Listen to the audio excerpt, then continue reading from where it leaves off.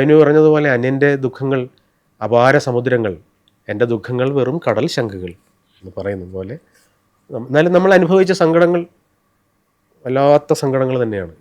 ജീവിതത്തിൽ ഇപ്പോൾ അനുഭവിക്കുന്ന ചില സങ്കടങ്ങളുണ്ട്, അത് നമ്മൾ പറയില്ലല്ലോ, ഒരാളും പറയാറില്ല. അതൊന്നും അതിജീവിച്ച് കഴിയുമ്പോൾ അത് വല്ലാത്ത വേദാന്തമാവും. ശ്രദ്ധിച്ചിട്ടില്ലേ? ഇപ്പോൾ അനുഭവിക്കുന്ന സങ്കടം, ദുരന്തം ഒക്കെ നമ്മളെ വല്ലാതെ പിടിച്ചുലയ്ക്കും.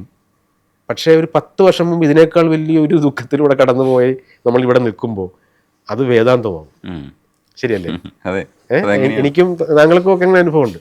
അതുകൊണ്ട് ഇപ്പോൾ കുറേ അനുഭവങ്ങളൊക്കെ ഉണ്ട്. ഇതൊക്കെ ഒരു 5-6 വർഷം കഴിഞ്ഞ് ഞാൻ അതിജീവിച്ചതിന് ശേഷം ഇതൊക്കെ പുതിയ തലമുറയോട് പറയണമെന്നുണ്ട്. ഞാൻ എല്ലാ അഭിമുഖങ്ങളിലും പറയും, ഞാൻ ഇതുവരെ മദ്യപിച്ചിട്ടില്ല, ഇതുവരെ ഞാൻ ഇങ്ങനെ ഒരു പുക പോലും വിട്ടിട്ടില്ല.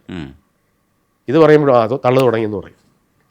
ആയിക്കോട്ടെ, ജീവിതത്തിലെ എല്ലാ ദുഃഖങ്ങളുണ്ടാകുമ്പോഴും നമുക്കൊന്ന് ഒരു സാന്ത്വനമായിട്ട് ഇതൊക്കെ മുമ്പിലുണ്ട്. 19 വയസ്സിലെ ഈ ഫീൽഡിലേക്ക് വന്നപ്പോൾ വളരെ വളരെ സുലഭമായി കിട്ടുന്ന ഇത്തരം കാര്യങ്ങളൊക്കെ വേണ്ടെന്ന് വയ്ക്കാൻ തോന്നിയത് അത്രമേൽ ഞാൻ ഈ ഫീൽഡിനെ പ്രണയിക്കുന്നുണ്ട്, എഴുത്തിനെ. തീർച്ചയായിട്ടും.